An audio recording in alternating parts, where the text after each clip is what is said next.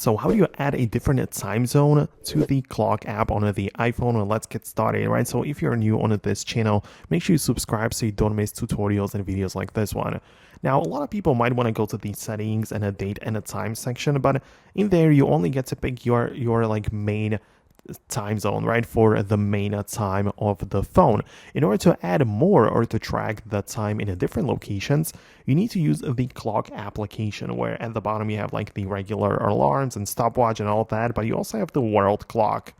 And in there, you get to add new locations and different time zones for you to keep track of them. So you can tap on the plus button like that and essentially just look up any city in the world and you'll be able to add it to your world clock like panel, right? So you see the time in that location and compare to your time as well, like the time difference, which is like -6 hours, for example, right?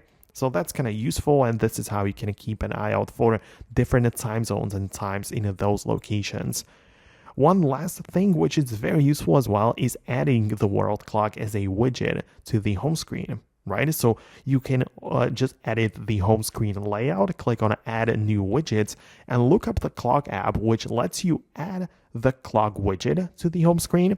And there you can pick the different city from your world clock selection, right? So you get to pick and see the time every single time on your home screen, but not the local one, but the one from a different location, right? So that's how you can make it easier for you to keep track of that.